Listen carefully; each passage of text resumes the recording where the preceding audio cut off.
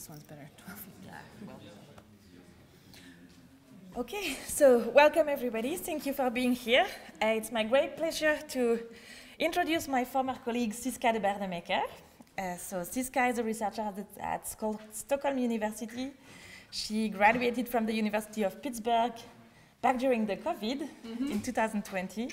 And she's been a researcher in Stockholm ever since. She's working in the philosophy of astrophysics, of cosmology. She was actually the co-editor of the first philosophy of astrophysics, co-edited volume. So welcome Siska, and thank you very much for being here. Thank you.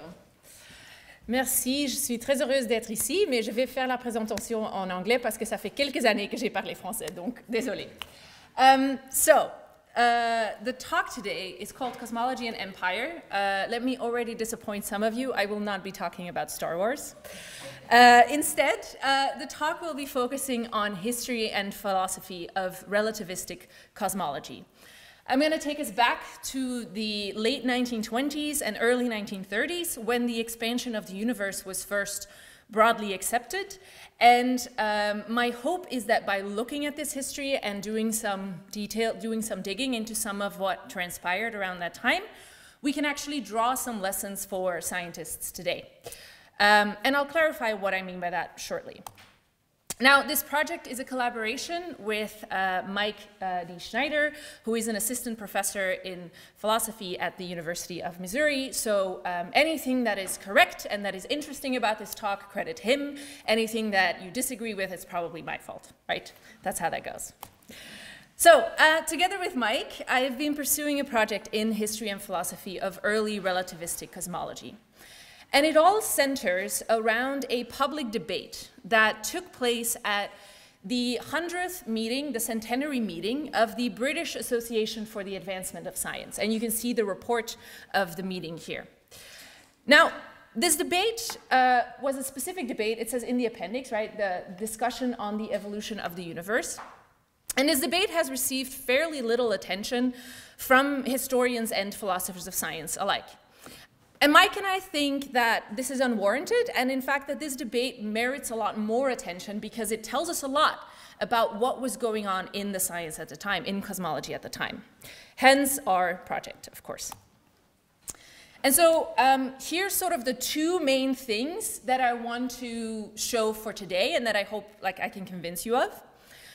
The first is that this public debate actually was a key moment. It was a watershed moment in the early history of relativistic cosmology. Specifically, it was a key moment when the science of relativistic cosmology really became established as a discipline. Something important changed at this debate.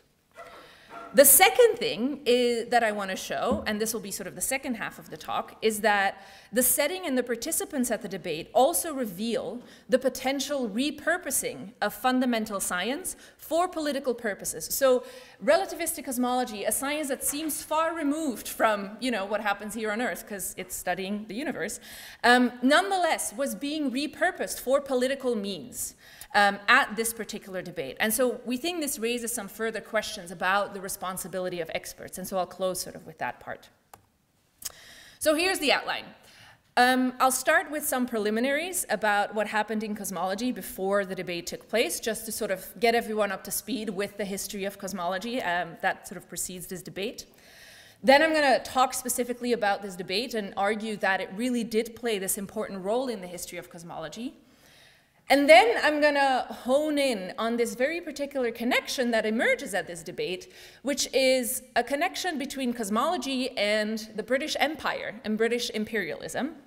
And then I'm going to end with some questions and some further philosophical implications. I have to warn you, the outline of the talk also looks kind of like this, where the general intellectual history of the importance of the debate is the beautiful part that's beautifully drawn of the horse. That I'm very confident in and that's very well sort of developed. The less well drawn sort of child drawing is probably about the connection between the cosmology and British imperialism. And then the stick figure leg, that's about the lessons for scientists today. So I hope that for the stick figure leg, you can help me make it better, okay? So, this is still being thought about, I guess, is what I want to say. All right. let's start. So in order to make the case that this debate was particularly important in the history of relativistic cosmology, I need to present some preliminary sort of history. And let me be clear, my talk focuses on relativistic cosmology, so the study of the universe at the largest scales that employs Einstein's theory of general relativity.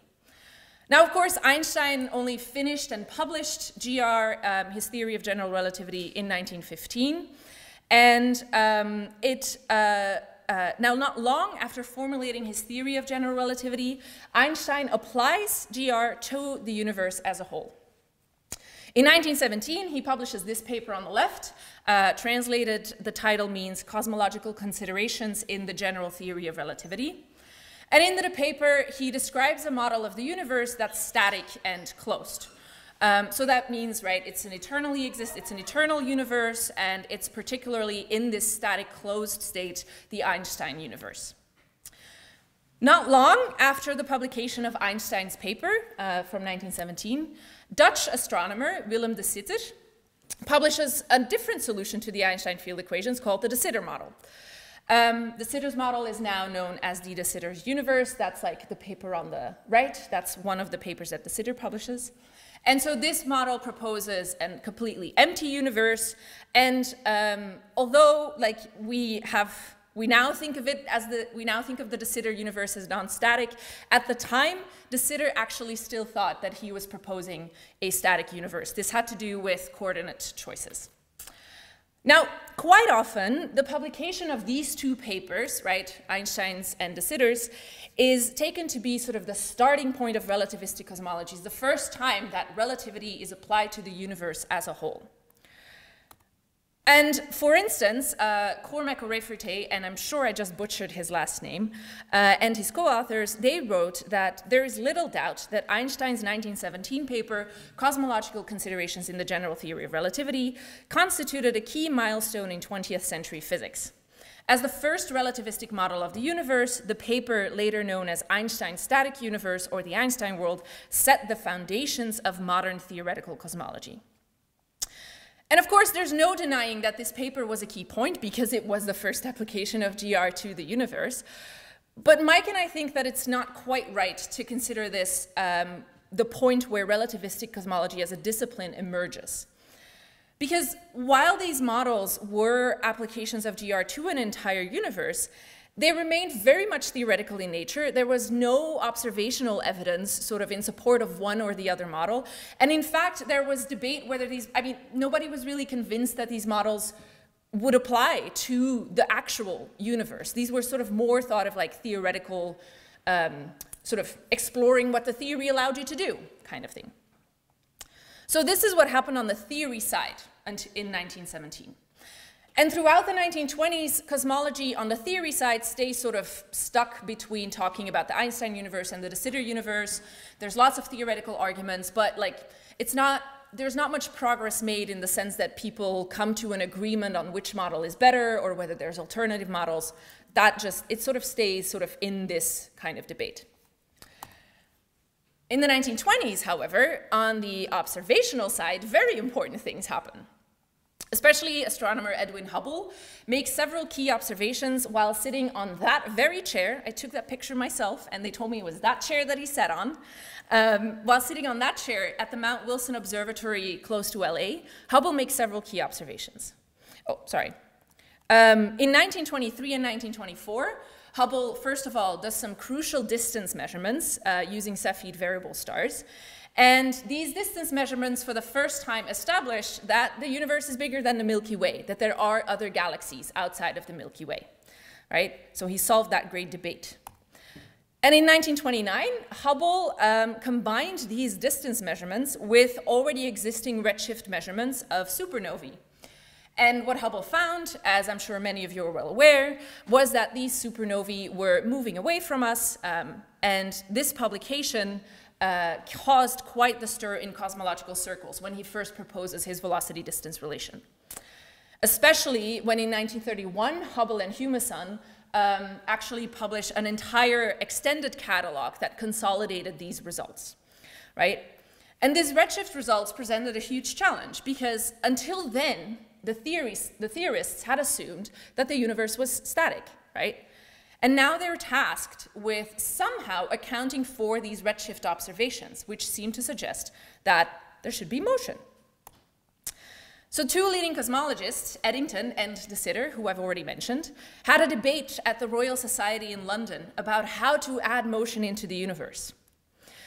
A young Belgian physicist and former student of Eddington, Georges Lemaitre, reads about this debate, and he sends a paper that he had already published in 1927 in French to Eddington.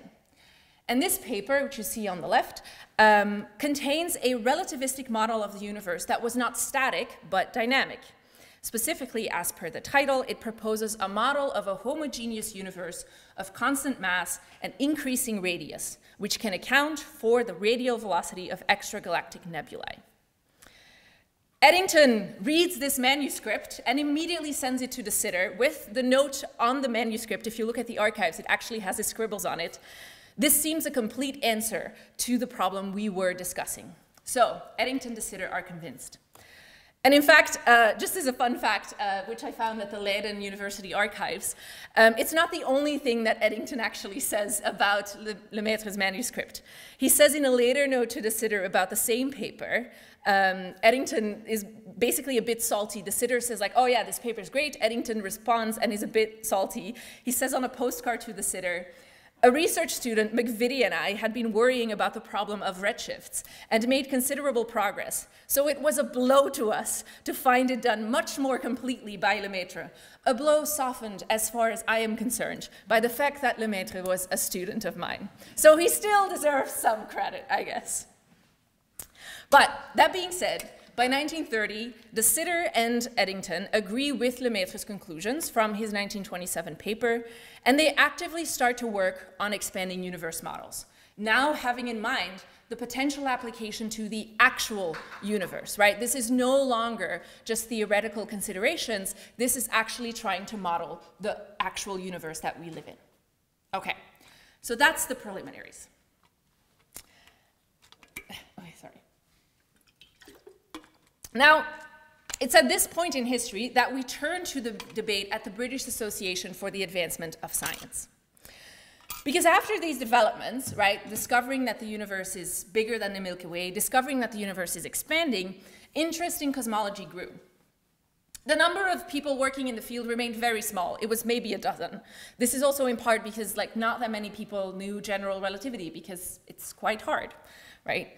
But the number of people who worked in it were very small, but the general public's interest was definitely piqued. Newspaper articles were like written about the expanding universe. This is like, you know, when the first picture of a black hole was released and you saw on newspapers everywhere on front pages was this image of M83 star, right? It was sort of like that in the 1930s, like, oh wow, the universe is expanding. Like the New York Times was writing about it and stuff like that. And so at the centenary meeting of the British Association for the Advancement of Science in London in September 1931, a peculiar debate took place. So what was this British Association for the Advancement of Science? I'm going to sometimes say BAAS because it's a bit of a mouthful. So the BAAS was a scientific organization that had been started in 1831 in Britain. And its centenary meeting was a big deal.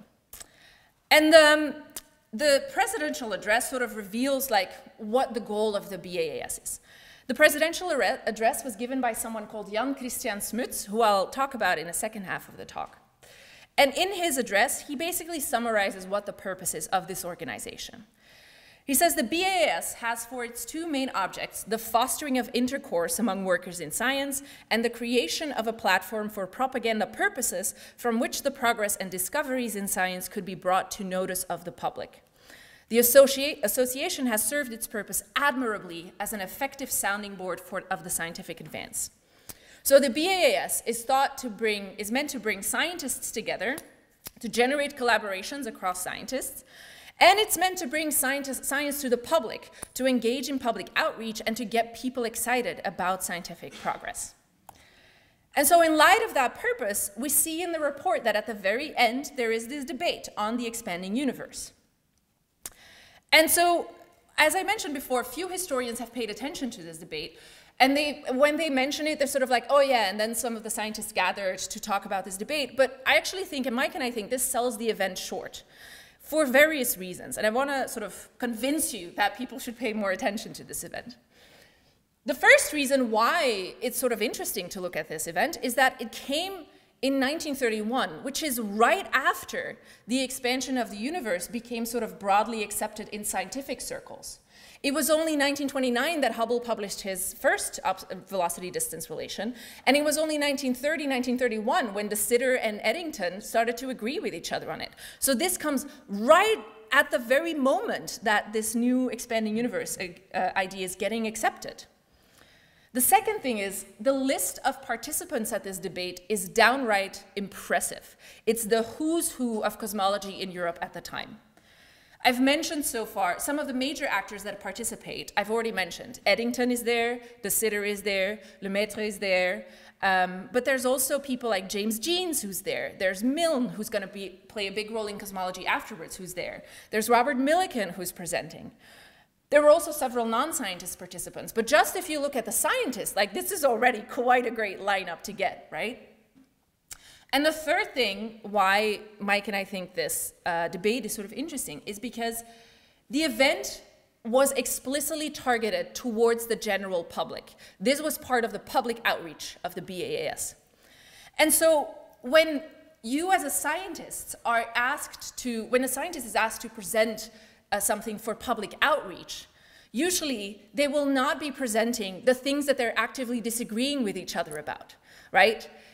Usually you present sort of what you consider is settled at the time, what is more or less accepted science, sort of what there is a consensus about in the scientific field at the time, right?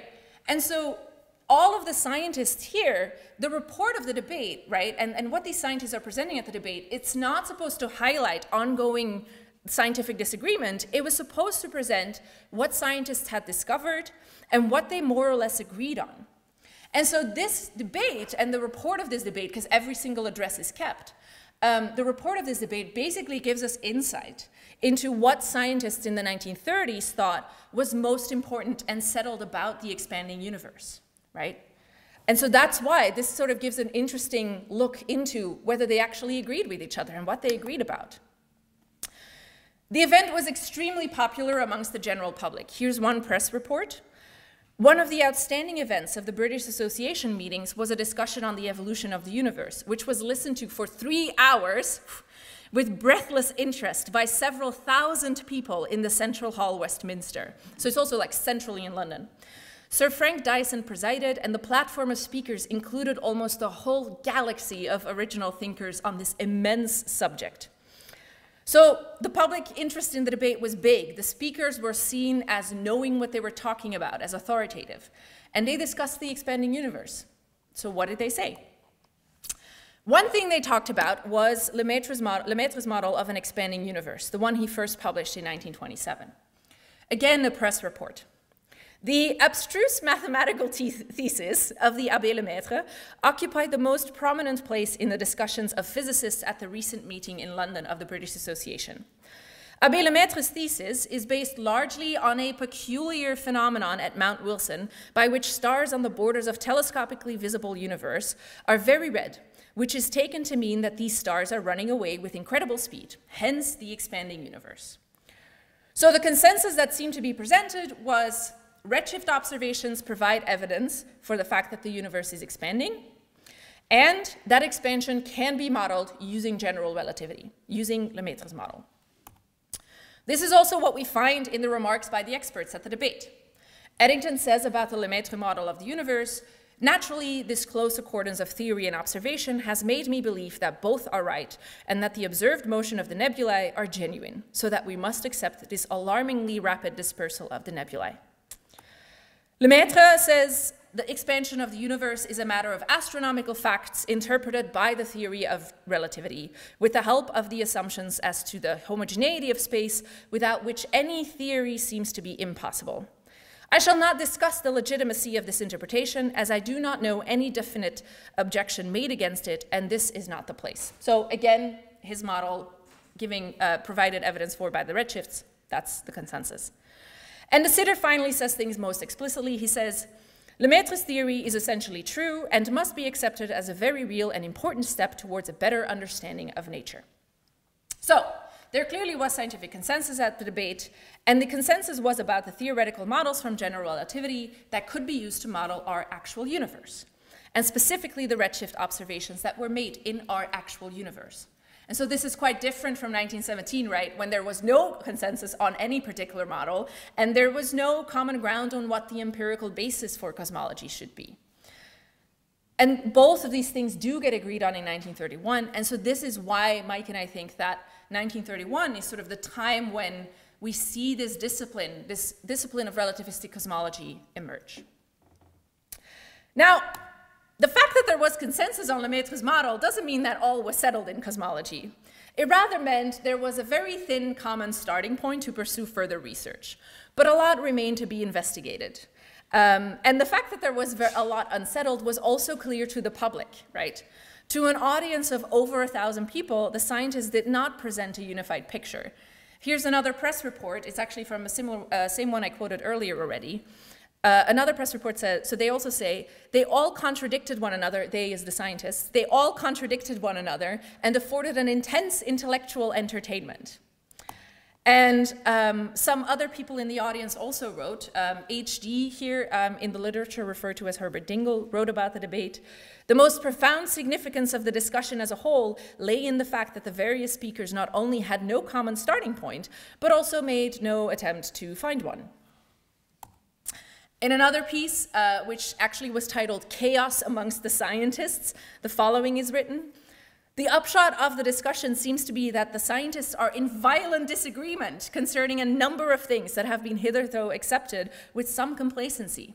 Einstein is so disturbed that he is contemplating a second visit to Mount Wilson Observatory in California to see what can be done about it, right? So despite this discipline coalescing around Lemaitre's expanding universe hypothesis, the agreement still left open a lot for further research. And some of these research questions were pretty foundational. I won't go sort of into the details about some of these research questions, but they're kind of what drew Mike and me to the debate, and it's what we've primarily focused on together. And the first result of that has been published in this paper in Hopos, but I'm going to sort of set that aside. Like, you know, what it was that they all disagreed on, I'm going to set that aside for now. So this is sort of where the first part ends, right? I've tried to show how the debate at the BAS amounted to the establishment of relativistic cosmology as a scientific research field. And I've mentioned at the same time the discipline was still immature. There was a lot of disagreement. These were the well-drawn parts of the horse. Now I'm going to move to the second thing I wanted to show, and we're moving to the more sketchy parts. And that brings me to British imperialism. Again, this link has not really been developed by historians of science nor by political scientists. And yeah, Mike and I have tried to sort of figure out what the link really is. So the central node in this second part of the talk is Jan Christian Smuts, who I've mentioned before, Jan Smuts, who was the president of the BAS at the time the centenary meeting took place. Now, we have to take a little bit of a detour through who Smuts was, why he was appointed to the presidency, and what his broader philosophical views were. So, Smuts became president of the BAS in 1931. This is sort of the announcement that he became appointed. And the presidency always was awarded for 1 year. Smuts was South African. He was a statesman. He was not a scientist, with a long military career as well. He had actually fought against the British Empire on the side of the Boers in the Anglo-Boer War in South Africa. This was like a conflict between the Boer people in South Africa and the British at the end of the 19th century. And so Smuts, who was from a Boer background, he had fought against the British Empire. But he actually was part of the negotiation of the Treaty of Vereniging, which was the peace treaty ending that war. And he later joined the British Imperial War Cabinet during World War I. So he then joined the British Imperial War Cabinet. Right after World War I, Smuts became Prime Minister of South Africa. He would become that again much later after the BAS, but this was sort of the first time he became Prime Minister of South Africa. And he became the founder of, or like a co-inventor of, the British Commonwealth, as well as the League of Nations, together with, amongst others, Woodrow Wilson. He sort of, you know, drew the map or the structure for the League of Nations. In 1931, Smuts thus gets appointed to the BAS after he's like been Prime Minister already once, he's co-founded the League of Nations, things like that. Smuts' appointment to the presidency was unusual. It's a bit weird because although he loved science and philosophy of science, he was also clearly a statesman and not a scientist. And until then, the presidency of the BAS had always been held by scientists. But the choice for Smuts was not a coincidence. Smuts' predecessor, who was a botanist, Frederick Orpenbauer, he actually says, when he's sort of like introducing Smuts as the new president, he says, "During the past century, this association has done a great work for science and for mankind.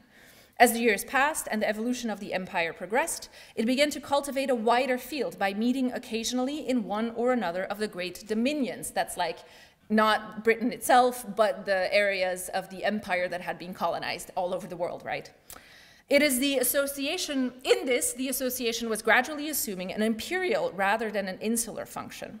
So Orpenbauer starts with highlighting the imperial nature of the British Association for the Advancement of Science. It's supposed to bring together the entire British Empire. And he continues, "In preparing for the centenary meeting, the General Committee and the Council desire to mark their sense of widening aspirations by looking overseas for their new president. By a general consensus of opinion, the choice fell upon one who represents the Dominion of South Africa and whose name carries great weight in varied fields. I have now the honor of asking the Right Honorable Jan Christian Smuts, lawyer, soldier, statesman, and philosophical exponent of scientific theory, to take the chair." So, what's revealed here is that Smuts' appointment was clearly politically motivated, right? The goal was to appoint someone from the dominions and to highlight that the scientific progress is the result of and to the greater benefit of the British Empire as a whole. Smuts was South African, so he fit the bill, but he also, Orpenbauer also calls Smuts a philosophical exponent of scientific theory. And this pointed to the fact that Smuts already had shown at previous meetings of the BAS that although he was not a professional scientist, he very clearly showed that he had mastery of science. In 1929, at the meeting of the BAS, he had participated in a debate on ecology. So he showed that he sort of knew about new discoveries in botany and ecology, and he actually had shown in philosophy, like in that debate, that these new discoveries fit with his worldview of imperialism, because Smuts was very much in line with the British imperialist efforts. Basically, he developed something called imperial ecology, which is ecology that gives biological foundation to imperialism. So Smuts' engagement with science in previous debates is what the philosophical exponent of scientific theory refers to. He was politically important, and he knew enough science to be justified as president of the BAS. In his inaugural remarks, Smuts demonstrates that he's completely aware of the political purpose of his appointment and the imperial motivation of his appointment. He says, "The presidency of the British Association is justly one of the most highly coveted distinctions of British science, and it has been held by the greatest scientists of the last 100 years. But nothing can equal this occasion where, in your desire to mark the imperial character of this centenary meeting, you have chosen me as a Dominion representative to preside over it." This quote, what comes next is going to be important later on. He says, "The British Empire has given yet another instance of that breadth of conception and human sympathy which has made it the greatest and most beneficent political society that has ever existed." All right, what a way to describe the British Empire. So Smuts knew, right, the project of the British Association was political and explicitly imperial, right? And he knew that his appointment figured in that purpose. And he starts to reveal some of his political and philosophical views. He highlights the British Empire as the greatest and most beneficent political society that has ever existed. Now, what was it that led Smuts to make these kinds of claims? What were his broader philosophical views that he held? So recall, Smuts was part of the Imperial War Cabinet of Britain during World War I. And that meant Smuts knew about the horrors that took place during this war, this mechanical horrors. And he wanted to reject these mechanical horrors of the First World War. How could that be done? He thought through internationalist unification, but specifically international unification of white people, white internationalist unification. Smuts proposes that, so this is political scientist Jacob Cribb who wrote this, and Cribb writes about Smuts that according to Smuts, white internationalist unification was the cosmological destiny of humanity, a higher form of spiritual life that made global order more pacific. Let's unpack this. What does this mean to call white internationalist unification the cosmological destiny of humanity, as Smuts did? On the one hand, Smuts defended a holistic metaphysics. Apparently, someone actually told me that he was maybe the person who coined the term holism, which is interesting in its own right. Anyway, a holistic worldview is sort of the ultimate goal, the destiny of the world. Specifically, he believed in white internationalist unification as the cosmological destiny of humanity. This was sort of the goal to which humanity should be driving. So this was a teleological metaphysics, as we call it. It's a goal-driven view on what the world should be really like. And the League of Nations was sort of an embodiment of this internationalist unification that he was striving towards. But at the same time, Cribb also argues that Smuts's ideology also relies on what he imagined was a threat of race war, yeah. And so to prevent this race war, this imagined threat that Smuts thought about, to prevent this from breaking out, Smuts believed that there was a need for white settler colonialism. And these white settler colonialists would govern previously colonized places. And again, we also actually see this in the League of Nations. I don't know if you're familiar with this, but the League of Nations had this mandate system for how different previous German colonies would be governed by, under different mandates, depending on whether or not, or like to what extent these previous German colonies were thought to have the ability to self-govern. So it's sort of, this idea of white settler colonialism was implemented in practice basically in this mandate system of the League of Nations. So Smuts advocated for white settler colonialism, and he was president of the BAAS. That seems, at the very least, unfortunate. But the fact that Smuts was president of the BAAS and advocated for a colonialist program separately doesn't reveal much about relativistic cosmology and how that comes into play, right? I've not really showed a link. Science in general happens in society, and that includes societies with hugely problematic political projects, like the British Empire, like colonialism, right? So why have I spent so much time on Smuts's political views, right? Some people have bad views. That's unfortunate, but what's the link with cosmology here? I mean, it's more than unfortunate, obviously, but yeah. Well, why I've spent so much time talking about Smuts's political views is because he was also a philosopher of science. And as a philosopher of science, he was quite famous at the time. He had written a philosophical book in 1926, and Jacob Cribb points out that book was widely read at the time. In fact, after the BAAS meeting, Smuts had a brief correspondence friendship with Einstein and stuff. So he was like broadly recognized as philosophically important.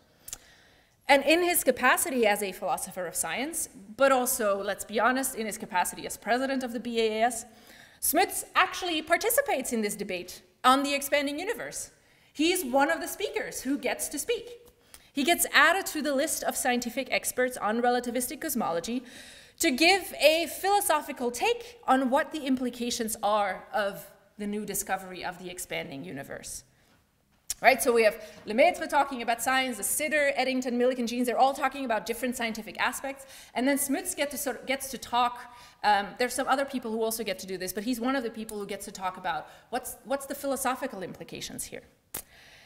And what does he say? Well, in his contributions at the debate, we see that his newly developing science of relativistic cosmology The science which for the very first time gets presented to the public, right, as a new scientific area of research, is actively being repurposed for political ends. Smuts's address tries to make a connection between his teleological views about the evolution of life and mind, think, right, his views about white internationalist unification as the goal of humanity, and he tries to make a connection between that and the cosmological developments that were discussed by the likes of Eddington. Einstein wasn't there, Eddington, De Sitter, and Lemaitre. He says, truth is a whole, and the truth of physics will be found to link on and to be part of that larger truth, which is the nature and the character of the universe. We find that the evolution of the universe also comprises the emergence of life and mind, of the human soul and human personality, and a whole new world of values of all sorts. Now, what is this whole new world of values that apparently will emerge out of the holist view on the expanding universe? Oh, sorry. Later in his contribution to the debate, Smuts identifies this whole new world of values as the social and spiritual values which form our own human phase of this cosmic process. Okay, so what are these social and spiritual values which form our own human phase of this cosmic process? Well, remember that in the installation address, which I quoted earlier, he considered the British Empire the greatest and most beneficent political society that has ever existed. And so that, in combination with sort of his broader metaphysics about holism, that indicates that these values, these social and spiritual values, are presumably the goal of white internationalist unification, which can only be achieved through the white settler colonialist project that the British Empire and the mandate system of the League of Nations embodies. So, I've said a lot. So, in short, right, to sum up, what is Smuts's philosophical contribution to the panel debate on the expanding universe? He is engaged in sort of an apologetic or finding sort of a justification. He's implicitly defending his preferred political project, the British Empire and its white settler colonialism, by fitting it into this narrative about this very grand narrative about the evolution of the large-scale cosmos. Because the universe is evolving now, he can fit his view about sort of the purpose of that evolution into this physical story, apparently. And so relativistic cosmology, in his address, basically becomes a promising physical foundation. It's a physical foundation, not just for biological evolution, but also for social evolution, what Smuts thought was social progress, i.e. white settler colonialism. Now, I want to note that Smuts was the most clear example of this repurposing of the new science of relativistic cosmology, but he wasn't the only one. Another humanist on the panel, the Lord Bishop of Birmingham, focused on similar themes, actually. He was also sort of interested on what this sort of evolution of the universe means for humanity sort of as a whole. And he ends up emphasizing a project in planetary diplomacy, so like diplomacy with aliens, which he actually also justified by British imperialist interests, right? So this was not just Smuts who was doing this. Now, at this point, you may still think, well, fine, some people just have bad views, and sadly, they sometimes try to justify them using science, even if it doesn't really make sense for them to do so. So what? To a certain extent, that's true. Smuts had bad views. He thought he could use science to justify them. I hope it's clear sort of that clearly doesn't really work. You can't derive social values from physical cosmology. So Smuts was also wrong in trying to do this. But it's not just some people having bad views, right? What's really striking is that Smuts gets to state this as president of the BAAS during the very first public discussion of the expanding universe. This is likely a place where most people in the audience are for the very first time hearing about the expanding universe and about what this major discovery in science was. And Smuts's view are giving a very prominent seat at the table. he gets to present his views with the same level of authority as the scientific experts get to present their views. There's no distinction between who knows more about physical cosmology between these people. It's all presented equally, right? So at the point where the audience hears about the details of cosmology for the first time, where the discipline gets established, they also are presented with a link to British imperialism, with a defense, a justification for British imperialism. In real time, right, this fundamental scientific research is being repurposed for political means. And so that means that even fundamental research that seems far removed from any practical application can be repurposed for political means simultaneously with that science being discovered or being developed. And so Mike and I think that there is a general lesson for scientists here, namely, scientists should care about how new directions in fundamental research get packaged in real time to a wider interested audience, right? This is not a problem with the fundamental research, this is a problem with how the fundamental research is being used, right? So that's sort of the cautionary tale, and Marie, how much time do I sort of? Yeah, that will be plenty. Of course, cautionary tales are supposed to do exactly that, caution us, and hopefully you a little bit. And maybe that implies that something should be done in light of the reappropriation of this developing science. So for these last 5 minutes, I briefly want to focus on that. And this is the stick figure like part of the talk. So that's why it's called Further Questions. I don't really have an answer. So Smuts was reappropriating this new discovery of the expanding universe to give some physical foundation to his political ideology. You may wonder, well, what did the scientists say in response? Not much. In fact, at least at the BAAS, no one took on Smuts's political repurposing of cosmology, at least that we can find in the records. Instead, in their prepared remarks, which are all in the report, they didn't say anything about it. And perhaps it's not surprising that none of the scientists took on Smuts, right? The scientists had been asked to prepare a statement about the status of relativistic cosmology. And issues of life and mind and political views fall outside of the scope of relativistic cosmology. It's not what relativistic models of our actual universe are supposed to account for. And so according to the physicists, the one observation that these models accounted for was the redshifts, and everything else was very much up in the air. And in fact, most physicists assume that there was a fundamental duality between physics and the world of life, which is, you know, not that surprising that at the time they were like really separating out physical cosmology from any views on like biology or let alone sociology or politics, right? And so it's highly plausible that the general public, So I needed to say something first. So the scientists assumed that there was sort of this split between the physical world and the world of life and mind.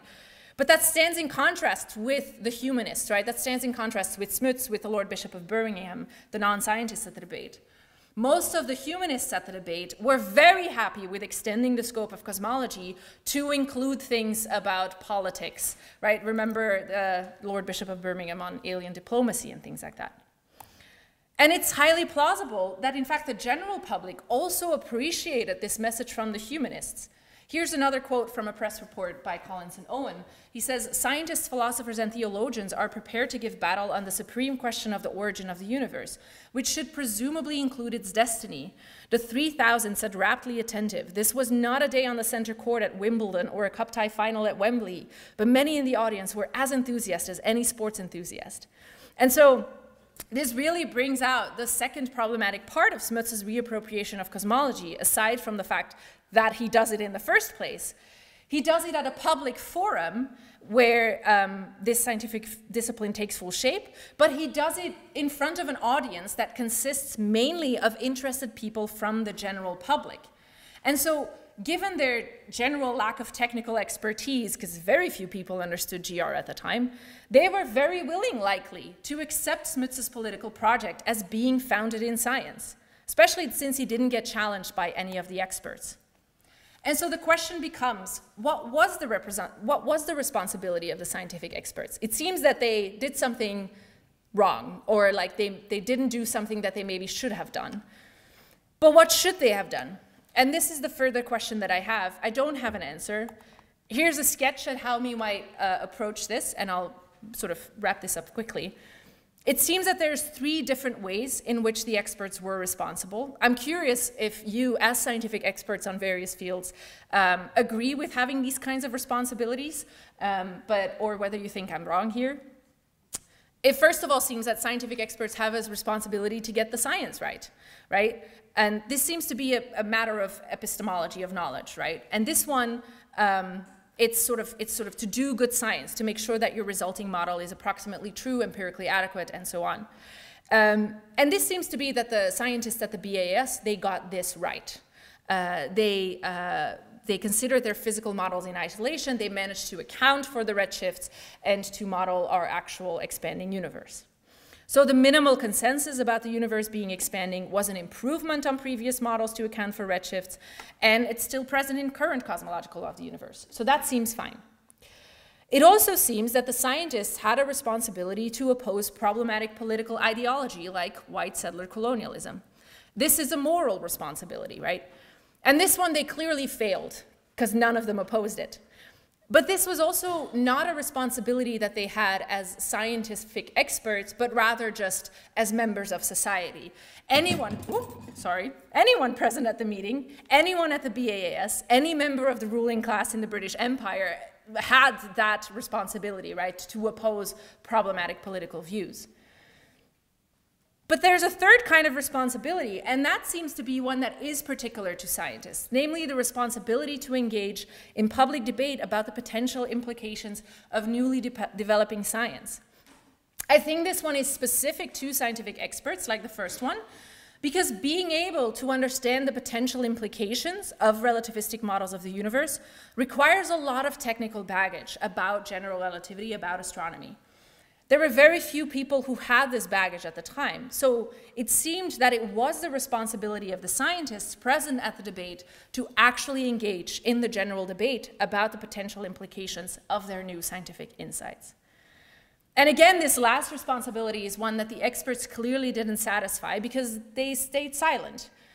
And so what I'm not clear about, however, is whether this third responsibility is actually separate from the first one, whether they have to go together, and I'm also not sure on whether this third responsibility is epistemic, if it's about knowledge, or if it's a moral responsibility, or if it's both. And so, I'm totally open to sort of revising that kind of thing. So that brings me sort of to the end of this talk with this open question, which maybe you have opinions on as well. I've tried to show you 2 things today. First, about the importance of this public debate at the British Association for the Advancement of Science being sort of a crucial moment. And second, about the reveal that this debate also reveals the potential of repurposing fundamental science for political purposes. Here are some archival references, some general references, and thank you.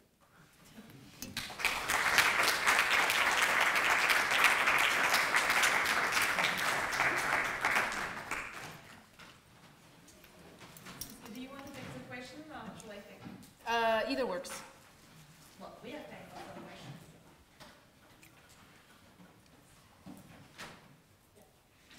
I have a question. Thanks for your very interesting talk. It is sometimes difficult for scientists to oppose to political power. Even though I don't want to justify that. No. For example, I take the example that you showed 3 sentences from daily Times, the last of which was 3rd of September 31, so it was really published immediately after the council. Yeah. So somehow it was the really passionate what the journalist had intended. But then the first 2 that you showed were 32. Yeah. 4 months later. It seems rather like somebody has said maybe we could influence this political direction, but this is very difficult that scientists can oppose to that. So the press reports were about the particular debate, right? They just reported on the debate, and some of them mention Smuts. They don't all do it explicitly. But I guess your question is sort of more general about like, well, like, how often do you have to oppose something? Do you always have to oppose it at the particular moment or something like that? I mean, I think that's a fair enough point. I also take it that what you were pointing out was like, it's hard as a singular scientist to stand up against, like, you know, be Eddington in the British Empire at the time or something like that and try to oppose it. It takes a lot of courage. I mean, I think that's fair enough, but that doesn't take away, like, making it understandable why someone does it or doesn't take their responsibility doesn't take away the responsibility, right? I think that's one thing that I would really want to say. I do still think that, you know, even if it's difficult to fulfill a responsibility, that responsibility is still there. And I'm not an ethicist, I should say, so this is also a bit difficult for me sometimes to talk about. Yeah, so I think that's one thing that I would want to say. It's true that being Eddington or Einstein is one thing, and being a scientist is another. Exactly. There's also a big difference there. And actually, I think this is part of why this actually goes to why I think sort of there's this third kind of responsibility, right?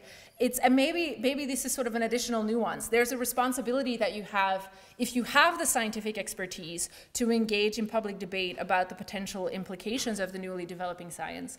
But I think especially when it comes to public debate, that responsibility gets bigger if you're also perceived as an expert, right? Because there's also a distinction between, you know, people who can have all the relevant expertise, but who spend most of their time doing research and who are not broadly known, versus someone who, I don't know, received a Nobel Prize or something like that, right? And is sort of publicly recognized as a scientific expert. I think that's probably, you're probably right that that's also an expert, that's also a factor into this responsibility. Yeah.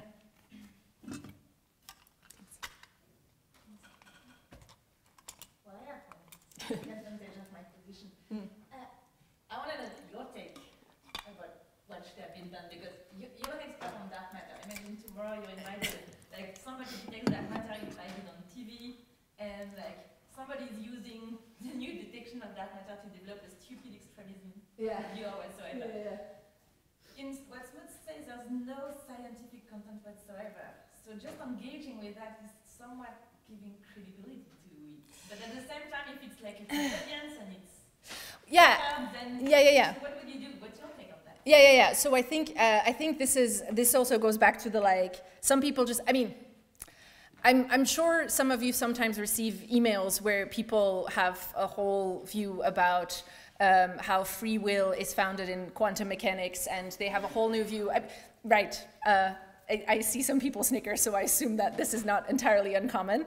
Right, sometimes you get sort of questions about how science proves particular like ethical views or philosophical views or things like that don't really make sense. And you can't engage with everyone. Like, there's practical limitations, obviously.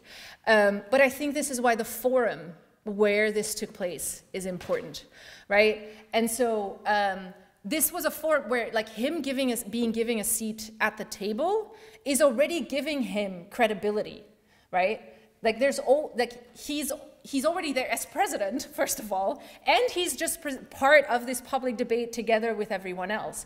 So I don't think there's, like, a concern about giving credibility to someone who doesn't already have it. Like, he already has all the credibility that he needs to make his claims. So I think in that kind of context, you have to speak up. You have to say, like, you can't prove this with science. This is just not what physics is about. This is not what cosmology is about. That's all what you can say. Like, you cannot engage with any scientific content, so you don't have the background to engage with anything else that you're saying. Yeah. Yeah, so I mean, I'm not going to say it's easy, right? But he clearly knew enough to think that he could use the expanding universe for certain purposes. And then he had to be told no. And in fact, there's completely unrelated, but so there's this but there's a similar sort of kind of example of what could happen. Actually, a different way of doing things that might be helpful. So there's a big biography, I think it's Dominique Lambert who wrote it, on Georges Lemaitre, which is like his biography. And there's a story in there that Lambert describes where Lemaitre gets invited to the Vatican. And Lemaitre was a priest, right? And he gets invited to the Vatican to be, like, there's a papal academy and there's like, a conference on the expanding universe. And the Pope, I don't remember which Pope it was at the time, but the Pope at that conference says something like, Abbé Lemaitre's like idea of the expanding universe and the primeval atom, Lemaitre had sort of developed his model further to introduce sort of a precursor of what we now think of as the Big Bang, right? And so the Pope said like, Lemaitre's model of the universe shows the exact moment of creation. Because there's this beginning point for the expanding universe, right? So now we have proof that God created the universe. And Lemaitre immediately said no. He said, that is exact, you cannot use physics to prove creation. And he was a priest, right? So that's an example of how you can do it, right? How, like, sometimes also just saying, no, you're wrong, can be enough. And I think that's an example of someone actually taking their responsibility to not allow science being repurposed for things it doesn't show, basically. Yeah. May I add one point? Yeah. I come from a very Catholic country, I'm Italian. And in Italy, you still believe that Big Bang is the creation made by God. So unfortunately, Lemaitre is not so convincing with the Pope. I will say Lemaitre's view on it was actually interesting. He said, actually what my theory does is it provides a veil behind which we can never access creation, because there's this initial singularity, like we can, yeah, but yeah. But at least he tried. Fair enough. We have another 3 minutes for questions. So. Nobody has any takes on what I know. Just a question. At the BA, sorry. Yeah. Would there have been consequences if the scientists stood up to... That's a good question. I don't know. I genuinely don't know. I mean, I would assume that,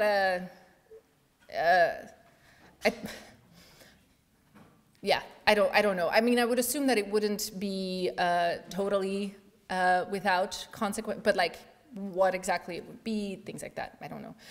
I mean, and like, I don't want to sort of admonish these scientists as being horrible people or something like that. This is obviously also the benefit from hindsight and things, and like people live in a particular society where this was the current political ideology. But I think we can still say that they didn't take their responsibility, you know. Yeah. You said that there were different philosophers at the conference. Mm-hmm. Were there people who opposed Mr. Smuts' views? No. No? I mean, at least in the remarks recorded at the debate, there's no one who explicitly disagrees with Smuts, either his philosophical views, his political views, or what he says about cosmology justifying his political views. No, not really. The problem is truly a lack of communication. Yeah, there's lack of engagement with it. That's the issue. Yeah. The proper holistic science, practical science. Mm-hmm. It's more a lack of contradiction than the holistic of the... It's a... Right, yeah, so the problem is about, the problem with Smuts's way of using cosmology is that he's overreaching, I guess, is a good way of pointing it, is a good way of putting it, right? All that relativistic models of the universe do is like model the evolution of the universe at the largest scale. Marie can tell you so much about how there's plenty of issues with actually scaling down from the universe as a whole to like smaller scales, to like even galaxies, right? There's issues, let alone scaling down, like going down to our particular planet and like our particular human society or things like that. So he's just wildly, wildly overreaching what relativistic cosmological models, especially in the 1930s, can actually describe. All they can describe is the universe at the largest scale. That's sort of like where he goes wrong scientifically speaking, I guess. Yeah. Yeah. Does this example and the example of the Pope and the Maître mean that usually the scientists have less convincing power than non-scientists, or not really? I don't think I would want to make general claims like that. Sometimes I mean, I think, I wouldn't want to make sort of these generalizing claims like that. I can say, also from experience, that doing public outreach is difficult, and that sometimes, and that like, if you're an expert in a particular field, explaining things in an accessible manner can be difficult. I think that's a challenge with public outreach, but I wouldn't necessarily say that scientists are, because they face that challenge, that they're like less convincing or anything like that. I think sometimes the opposite can be true. I think it sort of depends on a case-by-case basis. Yeah, that's what I would say.